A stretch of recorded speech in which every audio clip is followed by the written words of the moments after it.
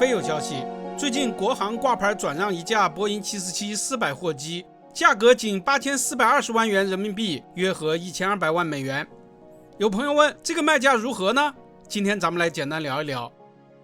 被拍卖的飞机就是著名的 B-249号，属于国航旗下的国货航机队。B-249是一架原装的波音747-400货机，现在机龄31.3年。它可以算是明星飞机，只不过因为是货机，所以大家很少在新闻画面中见到它。由于美元汇率变动， B-249当年的引进价格已经没有参考意义。现在同级别原装货机，例如777-200F， 目录价格高达 3.6 亿美元，但是目录价格不等于成交价格，大客户经常有大幅优惠。而且747是4发飞机，运营成本高，远不如777受欢迎，因此也不能直接用他们的目录价格做比较，只能参考当前747-400货机的二手市场价格。波音747-400货机相当的结实，国外有不少36年机龄的还在飞行，有些公司的保养水平高，能够用到40年以上。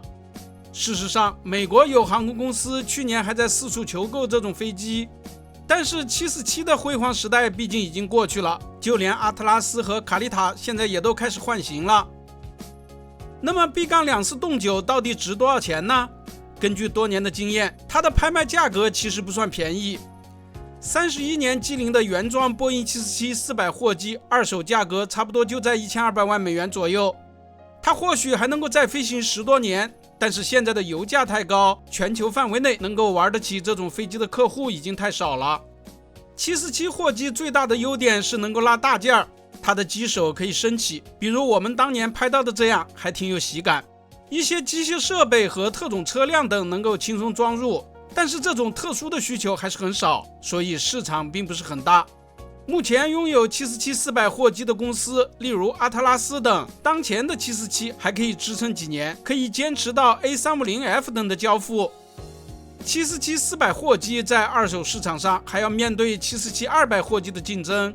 747-200货机更加老旧，但是非常便宜，很多的中亚地区的小型货运航空公司宁肯花费500-600万美元买一架747-200货机，也不会花1000多万美元买747-400货机，因为747-200货机可能只要安全使用1年就能够回本，比投资747-400货机风险要小得多。